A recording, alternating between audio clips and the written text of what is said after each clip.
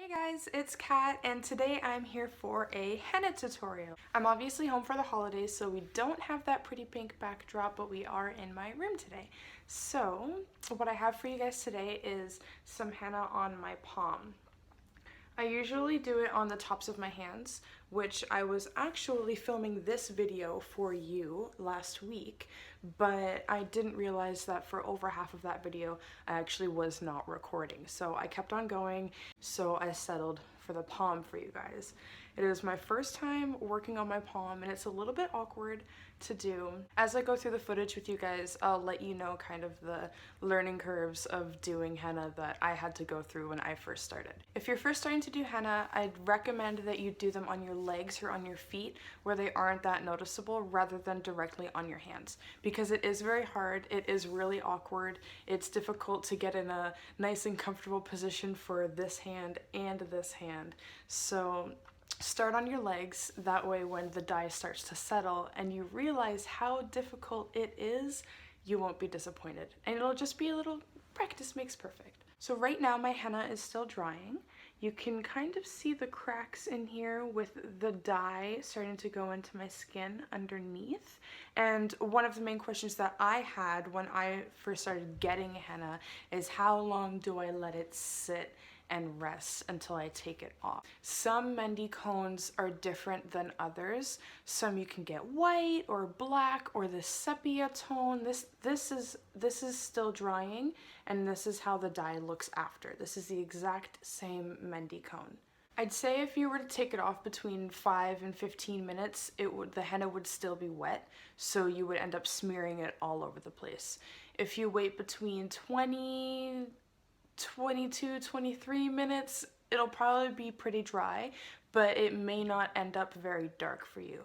I like to try to wait for my henna to dry for around 30 minutes, which is a huge test of patience, but it allows it to dry really nice and dark, as well as stay a lot longer on my skin. The longer that you let the henna sit, the more dye is soaked into your skin. So like I said, it's a huge test of patience, but it's good in the long run. So let's go through the tutorial while I let this dry, and then I will see you at the end to show you how to take it off. Let's get into it. When I set up, I like to make sure that I have a really good reference in front of me because it's still difficult for me to freehand these designs. I have my Mehndi cone with me from India. It's called Afrin Mehndi cone. In the front there's a small pick to keep the henna dry. Take that out, make sure you don't lose it, and I like to squeeze out some of the henna before I start on my skin to release whatever dry henna is sitting at the front. Being right-handed, I do my henna from left to right so I don't smear any of my designs with my other fingers or my palm. When doing henna, I like to go a little bit slowly so I can keep the consistency in the pressure on the tube. If I squeeze too hard on the tube, the paste might curl a little bit, and if I squeeze too lightly, not enough will come out. Another thing to get used to while doing henna is the distance from the tube to your skin. If the tube is too far from the skin, once again, the paste will curl. If it's too close to your skin, it will just scrape against and you won't have enough thickness of henna.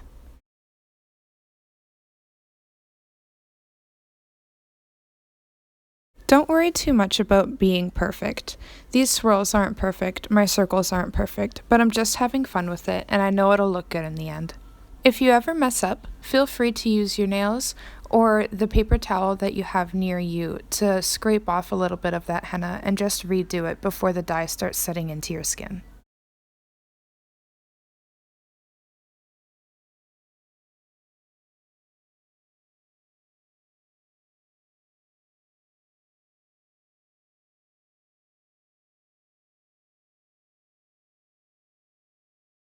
My henna is starting to dry really nicely.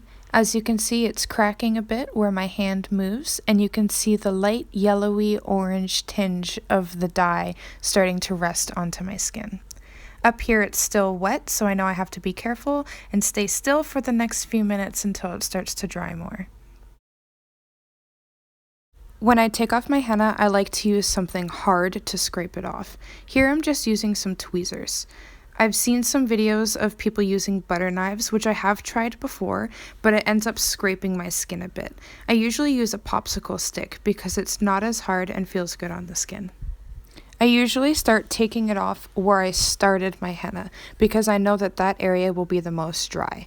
Once I start moving into the areas where I finished, I start to be a little bit more careful just in case some of the areas aren't as dry as the others.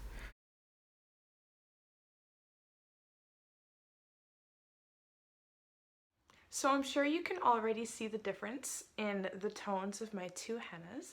This one has a little bit of an orangey effect and this one's a little bit more brown. When I sleep overnight, this henna will continue to do something in my skin that I don't really understand. Maybe I should Google it, but by tomorrow, this should be this tone. So there's the finished product. Next time when this is all gone, I'll go through a full hand henna tutorial with you guys and how I go from one end of my wrist all the way to the other without messing up. So I will see you next time. Who knows if it'll be a paint with cat or a tattoo talks or a henna tutorial. I don't know. I guess we'll figure it out. So if you like this video, hit the like button, and if you like me, subscribe to my channel. And I will see you next time. Merry Christmas and happy holidays. Bye guys.